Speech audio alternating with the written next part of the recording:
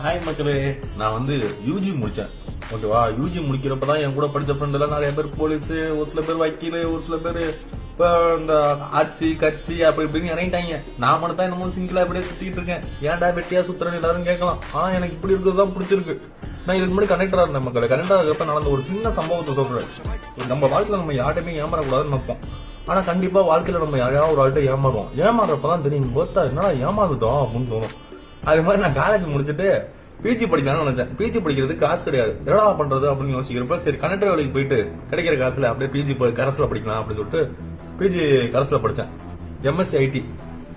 நம்ப மாட்டீங்க, பார்த்த லோக்கல் மூஞ்சி மேனுபேக்சரிங் டிஃபெக்ட் அப்படிதான் இருக்கும். அதனால என்ன சொல்றேன்னா, நான் ஏமாந்த ஒரு விஷயத்த சொல்றேன். பஸ்ல கூட்டத்துல கும்பல்ல டிக்கெட் எடுத்துக்கிட்டே இருக்கேன். டிக்கெட் எடுக்கிறப்ப திடீர்னு என்னாச்சு, ஒருத்தன் ஒரு 10 ரூபா நோட்டு கொடுத்தான். அந்த 10 ரூபா நோட்டை இன்னமும் ஞாபகமா வச்சிருக்கேன். அந்த நோட்டை பாத்தீங்கன்னா நடுவில் அப்படியே ஃபுல்லா கிழிஞ்சிருக்கு. கிழிஞ்சதை அழகா யாருக்குமே தெரியாம செலோ டேப் போட்டு சூப்பரா ஒட்டிட்டான். ஓகேவா, ஒட்டி இந்த காசை என்கிட்ட கொடுத்துட்டான். நானும் வாங்கிட்டு காசுலாம் கலெக்ஷன் முடிச்சுட்டு மோட்டை போய் கொடுக்கலாம். இப்ப டீசல் போடுற இடத்துல போய் எண்ணி பாக்குறேன், ஒரு நோட்டு கிழிஞ்ச நோட்டு.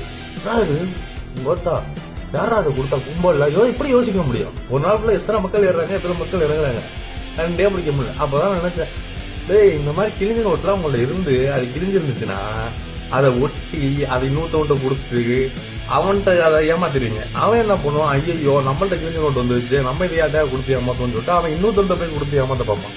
ஸோ இந்த மாதிரி கிழிஞ்ச நோட்டுலாம் வந்துச்சுன்னா அதை நீங்க என்ன பண்ணீங்கன்னா, அழகா போய் கோயில் உண்டியல் இருக்கா அதில் போய் போட்டுங்க. போட்டுட்டு கடவுளே இது மாதிரி என்ன ஒருத்தன் ஏமாத்திட்டான், நான் ஏமாந்துட்டேன், இந்த அவனுக்கான தண்டனை கொடுத்துரு அப்படின்னு சொல்லிட்டு கடவுள்கிட்ட வேண்டிக்கங்க.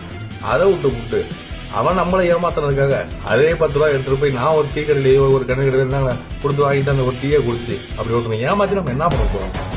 விரல் ஆயிடுவோமா? அதனால என்ன சொல்லணும்னா மக்களே, ஏமாத்துறது பெருசே கிடையாது, ஏமாறதும் பெருசே கிடையாது. ஏமாந்தாதான் நமக்கு ஒரு அனுபவம் கிடைக்கும்.